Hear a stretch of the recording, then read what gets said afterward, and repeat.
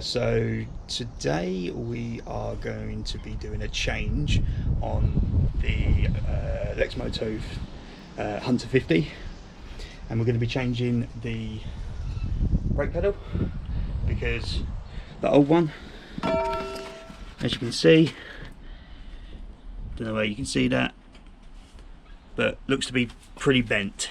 We won't go into the details as to why it's bent. However, it's bent. So the first thing we're going to have to do is take off this part here to get us access to the actual brake lever itself. So to take this plate off here, first thing you need to do is take off this nut and this nut here, this one being 10mm, this one being 13mm.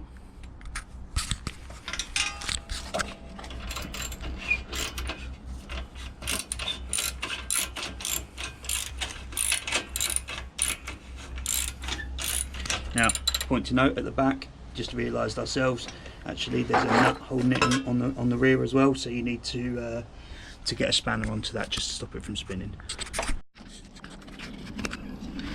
So once you've got the nut off at the back there and loose at the front, you just literally pull that out. You literally pull this out. However, it's quite stuck, it's quite tough, so you do need to give it a bit of a jiggle around. Give it some welly, and eventually it comes off.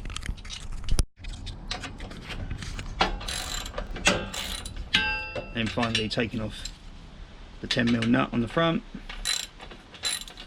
Probably do that one hand now. Maybe not.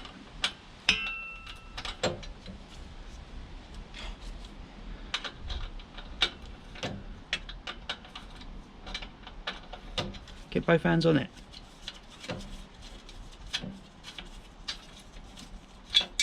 There we go. And then that plate just slides off nicely, giving you full access to the linkage and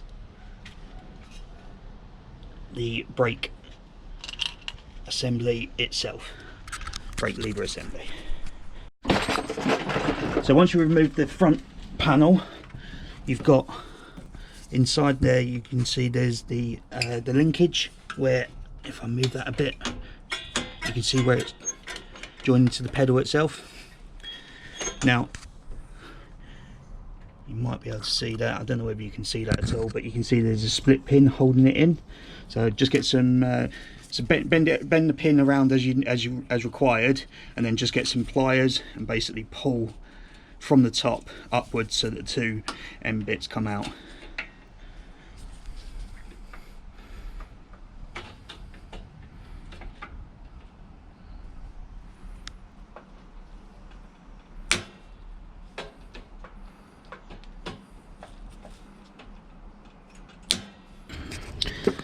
So now you can see, hopefully, that the split pin has indeed been removed. You should replace these after you've removed them, rather than reusing them.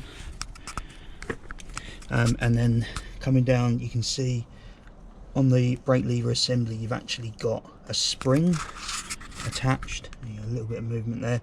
A spring attached. Now that spring basically pulls the brake lever back up again. Now that needs to be disconnected. However, I find it's easier to actually disconnect it after removing this nut. 13mm, and should be nice and easy to come off. Maybe a bit tight initially, but give it a bit of welly and eventually it comes.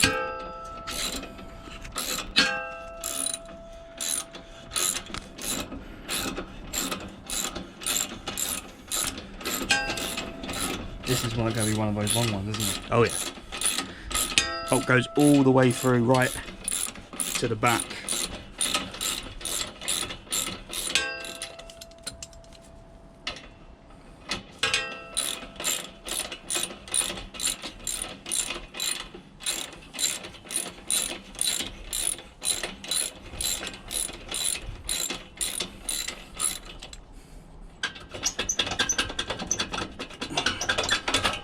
There we go, nice long thread on there, you can see that.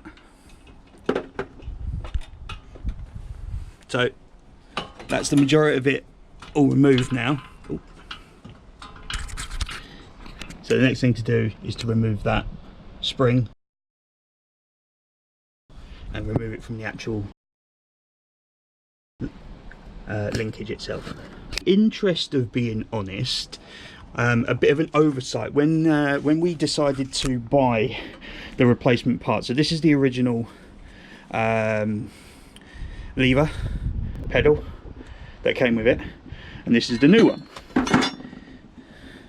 Distinct difference is, can you hold them up? Distinct difference between the two is the sheer size of these bits here. So obviously this one curves out a lot more than what this one does. So to clarify exactly what happened there, I basically went out and I purchased the wrong bit. In the end, what I ended up doing was taking the existing lever, bending that back into position in a vise, and brute force and strength, and fit it back onto the bike. In terms of how to fit it back, it's exactly the opposite of what you've just watched. But by all means, give me a shout if you've got any questions in the comments, and I'll get back to you as soon as I can. Don't forget to like the video, guys, and thanks for watching. Cheers, bye.